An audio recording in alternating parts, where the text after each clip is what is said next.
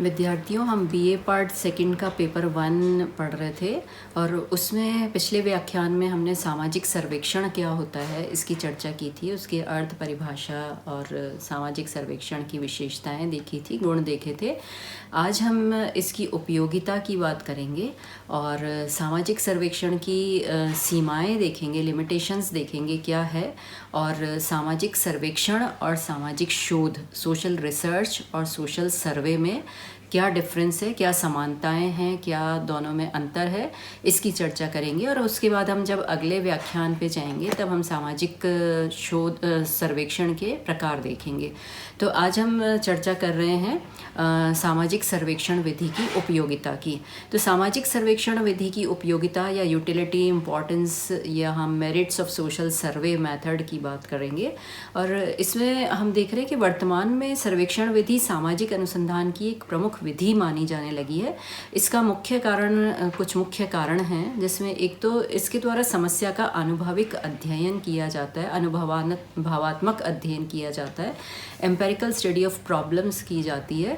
तो सामाजिक सर्वेक्षण में अध्ययनकर्ता समस्या के प्रत्यक्ष संपर्क में आता है और सर्वेक्षण के अंतर्गत व्यक्ति समस्या के बारे में व्यक्तिगत संपर्क द्वारा प्राथमिक तथ्यों का संकलन करता है।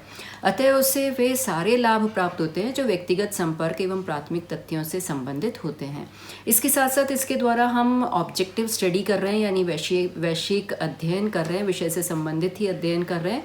तो समस्या के बारे में वैश्विक एवं तटस्थ अध्ययन इसके द्वारा प्रस्तुत किया जाता है, क्योंकि इसमें क्षेत्र से संकलित तथ्यों के आधार पर निष्कर्ष निकाले जाते हैं और व्यक्तिगत अनुभव के आधार पर इस विधि का प्रयोग किया जा रहा है। इसके साथ साथ इसमें जो प्राकल्पनाएं हैं, तो प्राकल्पनाओं का वैध निर्माण करने में भी ये सहायक है, यानी सर्वेक्षण द्वारा प्राप्त तथ्यों, निष्कर्षों के आधार पर नवीन प्राकल्पनाओं का निर्माण किया जाता है और पूर्व स्थापित प्राकल्पनाओं का पुनर्परीक्षण किया जाता है। तो वैध प्राकल्पनाओं के आधार पर ही नवीन अनुसंधान प्राप्त किए जाते हैं। साथ साथ ये प्रामाणिक तथा विश्वसनीय निष्कर्ष भी हमको दे रहा है। इससे हमको प्रामाणिक और प्रामाणिक निष्कर्ष मिल रहे हैं, यानी सर्वेक्षणकर्ता प्रथम स्तरीय आंकड़ों का संकलन करता है जिन्हें वह प्रत्यक्ष रूप से अपनी आंखों से देखता है और कानों से सुनता है तथा सूचनादाताओं से पूछता है। और ये इसमें वैज्ञानिक परिशुद्धता पाई जाती है, यानी साइंटिफिक एक्यूरेसी भी होती है। सामाजिक सर्वेक्षण में वैज्ञानिक नियमों, यंत्रों और विधियों का प्रयोग किया जाता है, इसलिए सर्वेक्षण द्वारा प्राप्त निष्कर्षों में वैज्ञानिक परिशुद्धता पाई जाती है। साथ साथ हम सामाजिक परिवर्तन और समस्याओं का अध्ययन भी कर सकते हैं इसके द्वारा, क्योंकि समाज एक गतिशील और परिवर्तनशील व्यवस्था है। इसके सामाजिक, धार्मिक, आर्थिक, राजनीतिक, सांस्कृतिक एवं नैतिक पक्षों में परिवर्तन होता रहता है। तो इन परिवर्तनों की दिशा, प्रवृत्ति, प्रकृति और कारणों की जानकारी हमें सामाजिक सर्वेक्षण से मिलती है। तो जैसे समाज में व्याप्त अनेक समस्याएं, जैसे बेकारी, निर्धनता, अपराध, अशिक्षा, मद्यपान, छात्र अनुशासनहीनता, अशिक्षा, जनाधिक्य आदि के वर्णन आदि की जानकारी आदि के बारे में जानकारी हम सर्वेक्षण के द्वारा प्राप्त कर सकते हैं। तो साथ ही साथ ये एक सरल विधि है जिसको हम आसानी से कर सकते हैं, एक सरल विधि, क्योंकि इसका प्रयोग अध्ययनकर्ता के लिए अधिक प्रशिक्षण की भी आवश्यकता नहीं होती, अनुभव, तकनीक विशेषज्ञों की आवश्यकता इसमें नहीं होती। और ये इसका एक व्यवहारिक उपयोगिता भी है, प्रैक्टिकल यूटिलिटी भी है। सामाजिक सर्वेक्षण विधि का उपयोग अनेक समस्याओं के व्यवहारिक हल ढूंढने के लिए भी किया जाता है। व्यापारिक संस्थाएं अपने माल की खपत के लिए बाजार सर्वेक्षण करवाती हैं, श्रमिकों की समस्याओं का अध्ययन करने तथा उनका व्यवहारिक हल प्रस्तुत करने, चुनाव में उम्मीदवारों के प्रति लोगों के रुख को ज्ञात करने तथा सामाजिक, धार्मिक एवं आर्थिक समस्याओं के प्रति लोगों के विचारों को ज्ञात करने के लिए सर्वेक्षण का आयोजन किया जाता है।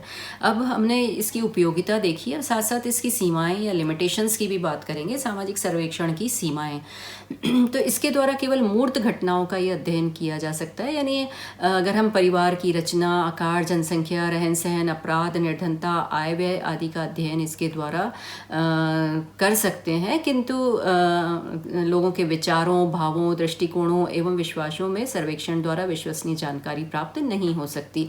तो ये एक इसमें अध्ययन का एक सीमित क्षेत्र होता है, इसमें अधिक समय और धन की आवश्यकता होती है और इसमें एक अध्ययन दल की भी आवश्यकता होती है, यानी इसमें एक स्टडी टीम चाहिए होती है। सर्वेक्षण जब बड़े पैमाने पर आयोजित किया जाता है तो कई कार्यकर्ताओं की आवश्यकता होती है और इन सभी को प्रशिक्षित करने एवं इनमें तालमेल स्थापित करने में कई बार कठिनाई आती है और दक्ष, अनुभवी और प्रशिक्षित कार्यकर्ताओं को जुटाना भी अपने आप में एक कठिन कार्य होता है।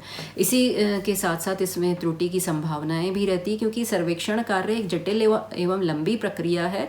तो निदर्शन का चुनाव करने, प्रश्नावली का निर्माण करने, साक्षात्कार लेने आदि में भी अध्ययनकर्ता के स्वयं के पूर्वाग्रहों के कारण पक्षपात आने की संभावना रहती है। और साथ साथ इसमें सैद्धांतिकीकरण का भी अभाव होता है और केवल तात्कालिक समस्याओं का अध्ययन इसके द्वारा किया जा सकता है। अधिकांशतः सर्वेक्षण का प्रयोग तात्कालिक समस्याओं के अध्ययन के लिए किया जाता है, दूरस्थ सामाजिक समस्याओं के लिए नहीं किया जाता। तो इसके साथ ही हमने देखा इसकी लिमिटेशंस भी हैं और इसके उपयोग भी हैं। अब हम ये देखते हैं कि सामाजिक शोध और सामाजिक सर्वेक्षण में क्या अंतर होता है। तो सोशल रिसर्च और सोशल सर्वे में क्या डिफरेंस होता है। कई बार सामाजिक शोध एवं सामाजिक सर्वेक्षण को एक ही समझने की भूल कर दी जाती, किंतु दोनों में कुछ समानताएं होते हुए भी अंतर है। सामाजिक शोध की अनेक विधियां हैं, जैसे ऐतिहासिक विधि, तुलनात्मक विधि, प्रलेखीय विधि, सर्वेक्षण विधि, व्यक्तिगत अध्ययन विधि, विषय वस्तु विश्लेषण विधि, प्रशिक्षण विधि आदि। इस प्रकार सर्वेक्षण भी एक सामाजिक शोध की एक विधि है। एक शोधकर्ता अनुसंधान की विधियों से अपनी गवेषणा के लिए किसी भी विधि अथवा विधियों का चुनाव कर सकता है। अगर हम दोनों में अंतर देख रहे हैं तो इन दोनों में उद्देश्य, प्रयोजन, क्षेत्र, विषय वस्तु, तकनीक आदि के आधार पर हम अंतर कर सकते हैं। तो उद्देश्य के आधार पर अगर हम अंतर करते हैं तो सामाजिक शोध नवीन ज्ञान प्राप्ति, विद्यमान ज्ञान में संशोधन, परिवर्धन, परिष्करण अथवा परिमार्जन के उद्देश्य से की जाती है, जबकि सामाजिक शोध उन मूलभूत सामाजिक प्रक्रियाओं की खोज हेतु की जाती है जिसके द्वारा सामाजिक जीवन के संचालित एवं नियमित होती हैं। सामाजिक शोध का एक अंतिम लक्ष्य सिद्धांतों की खोज, विद्यमान सिद्धांतों का परिष्करण और नवीन सिद्धांतों की रचना करना होता है, जबकि सामाजिक सर्वेक्षण किसी प्रचलित एवं तात्कालिक सामाजिक व्याधिकीय प्रकृति की दशाओं में सुधार, किसी जन समुदाय के कल्याण हेतु रचनात्मक कार्यक्रम बनाने के उद्देश्य से किया जाता है। सामान्यतया सर्वेक्षणों का उद्देश्य किसी समस्या का निदान, समाधान या नीति निर्माण होता है। जब किसी समुदाय विशेष के लोगों के बारे में इस प्रकार की सूचना या जानकारी एकत्रित करनी होती है कि उसमें से कितने व्यक्ति पढ़े लिखे हैं, कितने विवाहित हैं, कितने धर्म में आस्था रखते हैं, कितने लोग कैंसर से पीड़ित हैं, तो ऐसे विषयों के लिए सर्वेक्षण विधि का उपयोग किया जाता है।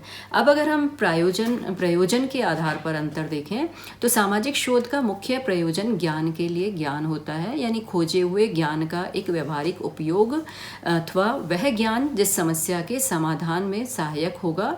सामान्यतः एक शोधकर्ता इस प्रकार के प्रश्नों से कोई सरोकार नहीं रखता।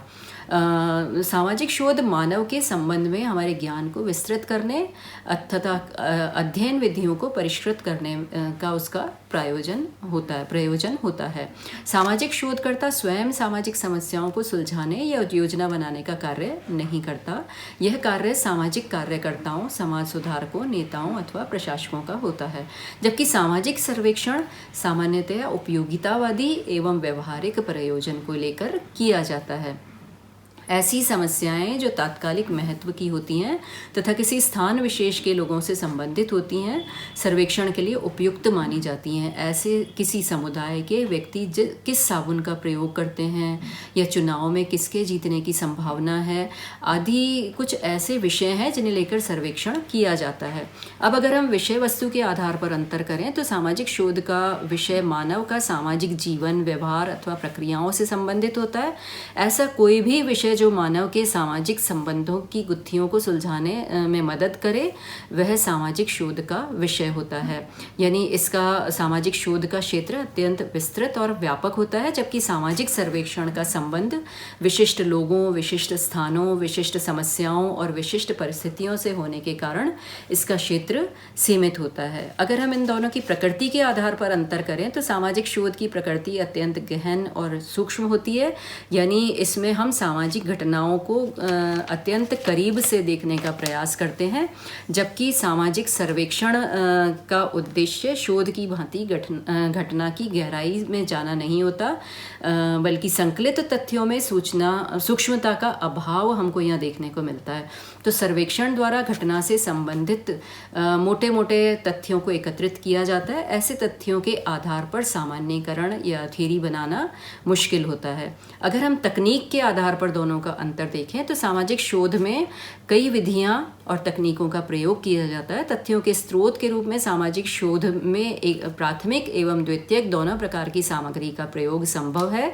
सामाजिक शोध में ऐतिहासिक एवं प्रलेखीय सामग्री भी उतना ही महत्व रखती है जितना क्षेत्रीय सामग्री, अर्थात इसमें गुणात्मक एवं परिमाणात्मक दोनों विधियों का प्रयोग किया जाता है। दोनों ही महत्वपूर्ण है, जबकि सामाजिक सर्वेक्षण के अंदर प्रश्नावली, अनुसूची एवं साक्षात्कार विधियों पर ये आधारित होती है सर्वेक्षण विधि।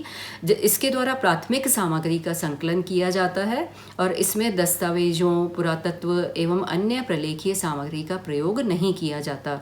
तो सर्वेक्षण में परिमाणात्मक विधि का ही प्रयोग किया जाता है। तो दोनों में मुख्य रूप से सामाजिक अनुसंधान और सामाजिक सर्वेक्षण में हमको मुख्य अंतर ये दिखाई दे रहा है कि सामाजिक शोध में गुणात्मक और परिमाणात्मक दोनों महत्वपूर्ण है, जबकि सामाजिक सर्वेक्षण के अंदर सिर्फ परिमाणात्मक विधि का ही प्रयोग किया जा रहा है। धन्यवाद।